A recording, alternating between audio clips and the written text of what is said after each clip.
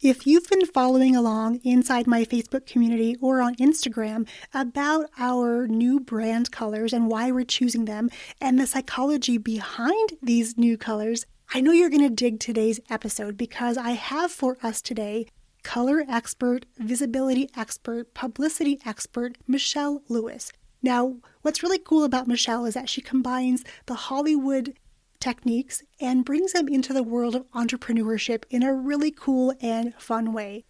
I recently joined her membership and I have learned so much, not only about color psychology, but really about being more visible, what we need, the assets we need to create, and how we can be more visible in a crowded market. It's been a really, really fun experience. And if you're curious to know more about that membership, I'm happy to answer any questions.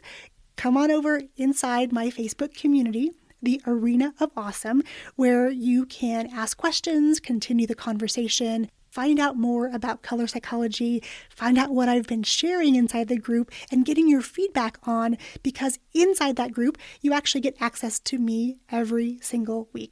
I want you to turn up the volume on this episode. I cannot wait for your feedback and to find out how today's episode is going to impact you and your brand. I'll catch you on the other side. Have you ever felt like there was something missing in your business?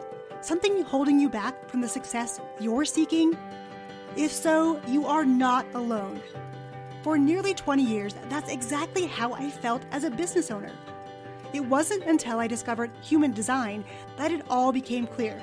And it turns out that I was the missing piece in my own business.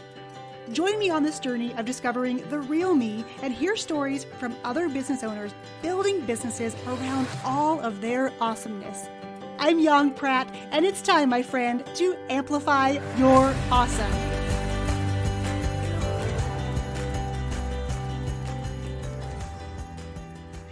Welcome back, amplifiers. If you've ever been curious about why brands choose certain colors and how color can be used to invite the right people into your world, I'm going to invite you to turn up the volume on today's episode because we have with us today Michelle Lewis, who is a visibility and publicity expert. And I recently learned from her about color psychology. I was blown away. My audience was blown away. They've been asking me a ton of questions. So I knew I had to have Michelle on the show. So Michelle, welcome. Hey, Young, I'm so excited to be here. Thanks for inviting me. And I'm so excited that your audience is excited as I am about color psychology. Yeah, it was really surprising because I just kind of put some posts out there talking about new colors and being in this new space and what color was I going to use. And people were really, really curious. So it got me thinking about, well, I wonder if people actually understand why they've chosen certain colors, how certain colors can really tell stories subconsciously to our audience. And I'm excited that we're going to talk all things color today. Me too. It's such an interesting topic, and it's one that I don't think is focused on enough in our industry. So things are so revolved around us being told to choose the expression of ourselves in our brand, especially with our colors. So I think this will be a really interesting conversation to totally contradict that. Absolutely, because I think there's a lot of misinformation out there about colors. Before we get there, though, I do want to go back to the beginning of your story because you have a really interesting story that started in Hollywood. You talk a lot about being invisible in this very visible world and how you were able to make that transition. Can you take us back to before you were an online entrepreneur and what life looked like? Absolutely. I grew up with parents that were in the film industry. My mom was a casting director. She retired when she had me. And my dad was going up through the ranks of second assistant director, first assistant director, director, and then co-producer. So my teen years were spent traveling a lot for movies like Face Off and Paycheck and Mission Impossible 2 and 3. It was an interesting dichotomy and it taught me a lot. And so that's what things look like. And that's what I thought I was going to live and breathe because I love the film industry. So got my film degree, went back to work in television, did that for about 10 years before moving into online entrepreneurship. Wow. And when you share the story about being in Hollywood and being in the films, it sounds very dreamy.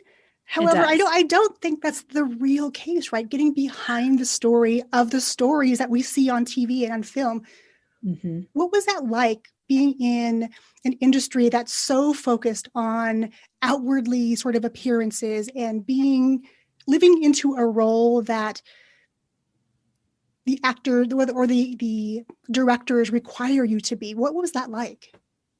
It's really interesting. I think there's two sides to Hollywood, and there's the side that's very much about images and figuring out who are we going to put in this movie, which is usually a math equation about how well they rank, not just in the US, but all over the world. And that's really forced on image and presentation and who you know and all of that. And I was in a little bit of that. What I was more so into was the behind the scenes stuff and the crews and the camera department and the grips and the AD department and transportation. And so I grew up with more of that family feel, which when I worked on my own TV shows, it was funny stuff. Like my mom always told me, okay, make friends with the grips in the transportation department. They'll take care of you. And it turned out when I worked for these shows, like I'm thinking of Pretty Little Liars and Chuck, like they were so wonderful. And they would come over and be like, okay, we have an extension cord right here. And we have this tarped here so you can put your chair here and, do some work and stuff. So I had that wonderful feeling there. But whenever I tried to push to get on camera or to get my show made, and that's when the negativity started coming in. And that's when I dealt with, like, you've probably heard acting coaches telling me that I was not pretty enough and too overweight to be on camera. And these were trusted friends who were also actors that knew my dad, so I believed them, which I shouldn't have done. So I think that there are two sides to Hollywood. There's the one side which is very family oriented. My husband still works in the business and my dad, but then there's the side that can be very much into image and who you know. And I just wish that I would have had the strength I have now back then, because I wouldn't have listened to all those voices like I did. So I want to dive into getting to this place where you can stop listening to the voices, because I know, especially in the online space, there is a lot of pressure to look a certain way, be a certain way, show up a certain way. I know I felt that for years when I ran a brick and mortar. I tried to run it like somebody else, but it never quite clicked. How are you able to dig yourself out of that point where you were listening to all the outside influences and you finally said, you know what, I'm done? What did that look like? My body started rebelling against me. I remember the last TV show I worked on, and I never felt well. I would come home and I spent a lot of time in tears. I was so miserable where I was at because, my show had been stolen. I was doing this to pay some bills, but I was so unhappy. And my husband finally sat down and said, okay, we can't do this anymore. You can't keep going like this. What else are you going to do? You have to find something else. Well, I was also dealing with, some health issues that had come up. And so I had to figure out how to make that transition and how I could step out on my own. And I think if any of us are, whether it's your brick and mortar, your online business, your 9-to-5 job, if you're in a similar place, my advice would be you have to really sit down and figure out, okay, what am I believing, and I would actually write it down in a list. What are the thoughts that I do believe about myself, and how many of them originated with me? It's going to be about 5%, maybe. The rest are going to be other people's voices. And I like to call it shattering the glass dome. I believe we've built a dome around ourselves with other people's thoughts, opinions, negative statements. And so you really have to have the bravery to break down that dome and build something from the ground up. It's not going to be easy. It's going to be scary. And I don't care if you're even going back to the same job, going in with that inner confidence that you just really don't care anymore what other people have to say or what their opinion of you is, because you not only value yourself, but your health too much. I think that's what really made the difference for me. And it's interesting that for a lot of people, yourself included, that it was those low points when our bodies are failing, we're getting these signs and we're ignoring them for so long. And then all of a sudden we just kind of say, you know what, or your husband was there to help you and say, no more. your health is too important, you're too important, let's figure something else out. So having people on our teams in our corner cheering for us, I think is, so critical, whether that's an online biz bestie, a family member, a best friend from growing up, whatever it is, having that person, I think, to see us for who we are and know that what we have inside needs to be shared. And I think your husband did you so much justice in doing that, saying, look, this is it. And I love seeing him on video with you, because seeing you guys work together is so magical, because most people don't get to experience that. Mm-hmm. Oh, it's so fun. We have such a great time. That's how we met. We met on a show, and I was a stand-in and he was a camera assistant. He was laying tape marks at my feet. And, I had sworn off dating anyone in the industry ever again, but he's a Minnesotan. He wore me down. What can I say? It's so funny. These love stories, I know, when you least expect it. I love hearing these stories on how people meet and how things progressed. And when you thought you were going to go one way, you went another. And it's kind of like business, though, too, because what you think sometimes you're going to build may look entirely differently than you imagined, but always, always so much better. So let's transition into colors and why brands choose certain colors, and how we as business owners can embrace color and the psychology behind color to help us stand out and be more visible. Absolutely. I think that color is such an important part, if not one of the most important parts of a visual brand. And we are instructed, at least I was in the beginning, okay, let's dig into what makes you you and what you want to project. And let's choose, favorite color palettes. You're going to Pinterest and you're figuring out what feels like you. And I put so much time and effort into that and launched it to crickets. And so I know a lot of us deal with that, and it's frustrating, and it can be a little bit disempowering. And I've had quite a few conversations with colleagues of mine who are like, no, it's my favorite color and I'm sticking to it. I'm like, okay, well, and if you want to maybe sprinkle in a couple of posts in this color, which focuses, like we'll talk about, on what you want your ideal client to feel, just see what happens. And wouldn't you know it, within a couple months, they do an entire rebrand and people just love it. So I think it's a really powerful strategy so that you can attract the right people. Right. I love that, because I think, again, we're conditioned in business, in the world, to associate colors with certain feelings about ourselves. And you said something on your website that your brand color has nothing to do with you. And I want to dive into that, because once we let go of the colors we like and look at colors from behind the scenes and how they can react or impact somebody on a subconscious level, I want to go to that place where we can talk about the psychology of colors. Absolutely. I think what helped me understand this was having a brand that wasn't working and knowing that I had good things to offer. So it had to be something in the branding or in the marketing strategy. So I went back to the drawing board. I went back into my film degree background, what I had seen on set. And I also was studying some natural medicine at the time. So I was learning a lot about color frequency and which plants absorbed them and where it helped people in their body. It was really fascinating. So I just came up with this chart like, okay, what if yellow meant this to someone and red meant this to someone and purple meant this to someone? And I just ran with it and decided that that's why I was going to rebrand myself with blue, with the supportive color of yellow. And that's when things totally changed. And I thought, okay, like that's a fluke, right? Okay, well, let me try teaching a couple people this and see what happens. And it kept working and working and working. And I went, okay, and then I decided to research, okay, what does businessdictionary.com say is the definition of branding? And it said focused on the consumer's mind. And that's when it just really opened up for me, where I went, oh my gosh, like we've all been under, in a way, this delusion that our brand color is about us. And it's not. Like, people are wasting time and wasting thousands of dollars hiring these branding experts, putting out a brand that's about them when it's not supposed to be about them. It's supposed to be about the ideal client. Yeah, the ideal client, the end person, the end user, focusing on that person. And we do that when we create programs, but so little thought goes into it when we pick the colors. So let's talk about your color is blue. So let's talk about what blue means and why somebody might choose blue for a primary color. Absolutely.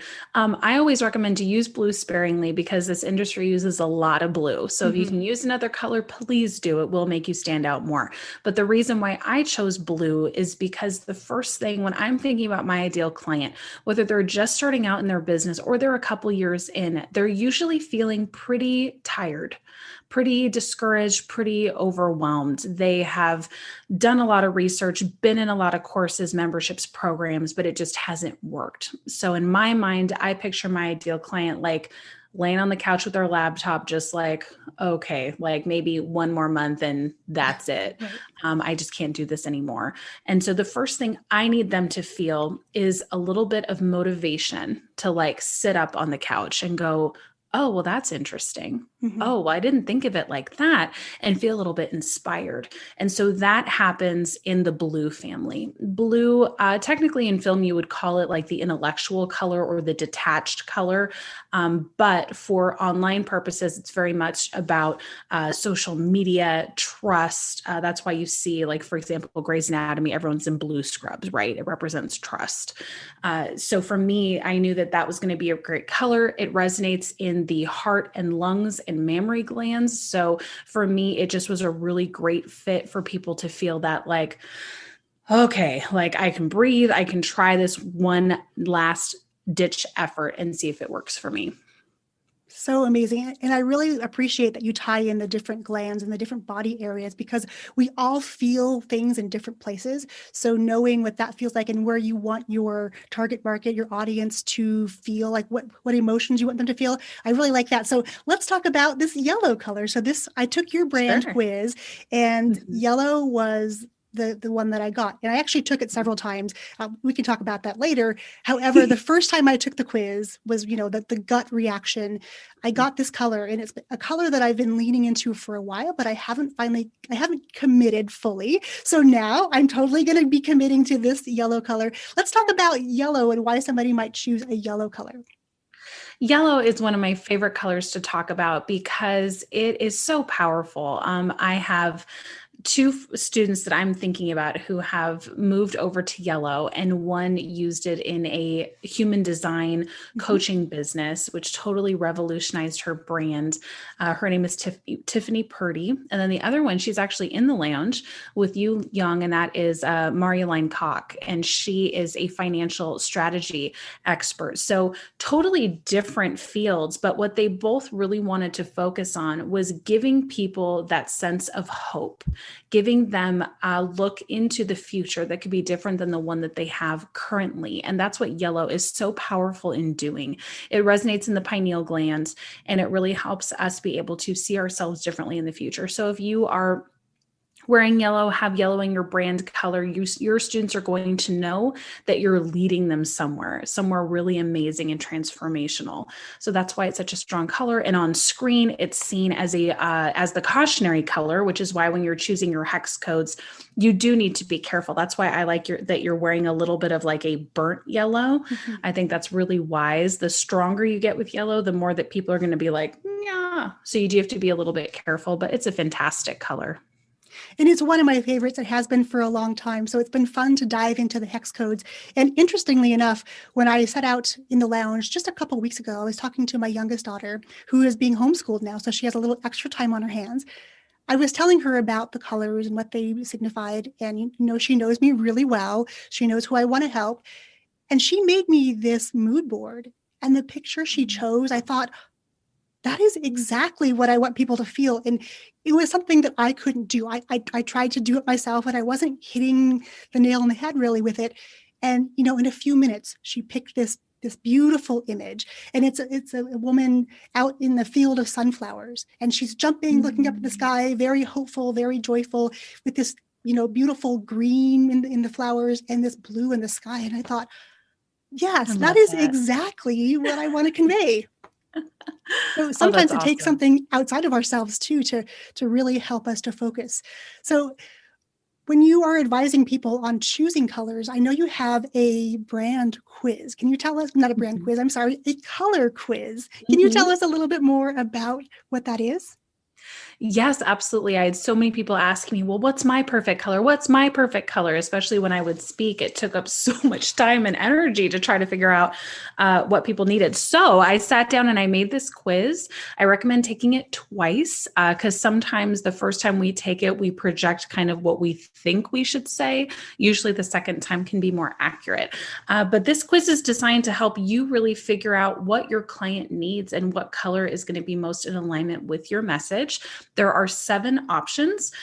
Those are the primary light spectrum colors. People sometimes are like, well, why isn't pink in there? And it's like, well, technically pink is not a light spectrum color that's visible both in the light and in the dark. It's a whole like scientific thing, but we can always talk about what it means. If you want to reach out to me on any social platform, I'm happy to go over it with you. But it is at visibilityvixen.com/color quiz. And if you want to take it, you can see a pretty good barometer of what might be the best color for you that's going to support your ideal client. And it's so good. And I literally took it 3 times. And interestingly enough, those were the 3 colors that ended up being in this perfect image that I wanted to convey to my audience. And so my secondary now is going to be this beautiful, like a green color. And as I'm recording right now, I'm looking out. It's not very green right now, but I know in the springtime, it'll be a little more green. And then of course the blue sky. So, I mean, everything that I hold dear, and I know we talked about not making it about ourselves, but really my brand is about tapping into your strengths, speaking your voice, really having the motivation, the inspiration to continue on to create that future self. So when I took this, I just sat back and thought, wow, this is so powerful. And I knew that I needed more people to hear about this because it really is just so often overlooked. And I think, like you said, it's such a crucial part of helping our ideal client to feel a certain way, helping them to understand or love themselves at a deeper level, helping them to understand that we're taking them into this new space. And so all these colors working together and the possibilities really of these colors, that's the fun part, because just like choosing a business and doing things your own way and not following the rules, the idea of picking these colors and choosing them to help your audience, I think is just so profound. I appreciate that so much. I think it's amazing. I think that everyone should be able to, if we're in an elevator together and someone says, hey, why is your brand color orange? You should be able to say exactly why. And that's so empowering. And it really derives a lot behind your brand and the products you create and how you communicate with your customers. And if you need any more time to research and see if this is true, I challenge you, start watching commercials. Especially if you watch Hulu, they're very strategic with their commercial placements in color psychology. I was watching a Popeyes commercial yesterday, and I noticed like, okay, they've always had a little bit of orange in their branding, but everything was orange. I'm like, why are they choosing the balanced color? And the guy comes on and he's like, now with our new spice blend, it's perfectly balanced. I'm like, of course. So it's really interesting to watch that, and especially the medical commercials. They have the color psychology down. So you'll really start paying attention now that I've ruined everything for you, right? Well, and again, that really goes back to your whole Hollywood background and bringing that into business and helping business owners to tap into things that were not really so available to them. So for that, I thank you so much. So once people take this quiz, what is the one step that you would recommend taking next after they've taken the quiz to help them really start to become more visible? I would start polling my audience. I would start putting my 2 top colors on and taking selfies in them and start putting it online and seeing what people's responses are. You're going to be really surprised at what people like, what they respond to. And to them, it's going to make instant sense because they already know you. They're familiar with your posting and stuff. That color is amazing on you. Oh my gosh, that color is so you. And you're going, no, it's not. It's like, it's you, like you're my ideal client, but they're going to have an emotional response and identify you with that color. So that would be my challenge. And I hope you'll let me know how it goes. Well, absolutely. And I did that just yesterday. I was in this new space. I wore a green color and people in my group were like, oh, that color is so amazing. And I've worn this sweater before. It wasn't like it was something brand new. But it was fascinating to understand it from a different perspective onto why they would resonate with that. So yes, For all of you out there, go take Michelle's quiz. I'm going to link it up in today's show notes, because once you are empowered with that information and you understand how you show up in the world and how you can help your audience connect with you on an emotional, subconscious level with color, I think you definitely are going to want to connect with Michelle further. I know that I just joined her Visibility Lounge.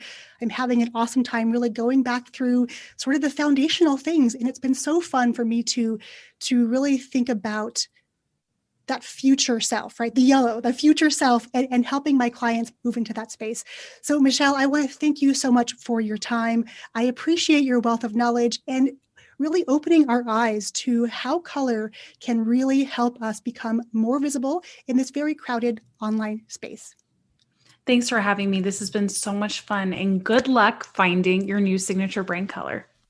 So what did you think? Are you so excited about color psychology and what it could mean for your brand?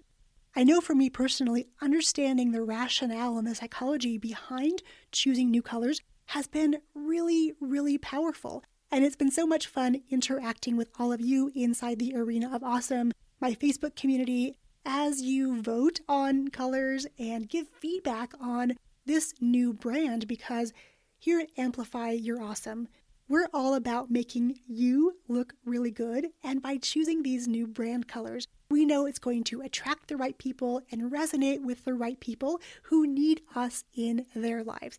It's a pretty awesome thing to watch unfold. And be sure to stick around for next week's episode, because I'm going to take you behind the scenes and show you the messy middle of my new experiment into joining the 5 a.m. club. I'll catch you then. Cheers. Thanks for tuning in to the Amplify Your Awesome podcast. Let's continue this conversation inside my Facebook community, the Arena of Awesome, while it's still free and open to new members. Come share your biggest takeaways and ahas. Plus, every week inside the arena, you'll get access to me, and I may even share content I don't share anywhere else. Until next time, my friend, go out there today and amplify your awesome.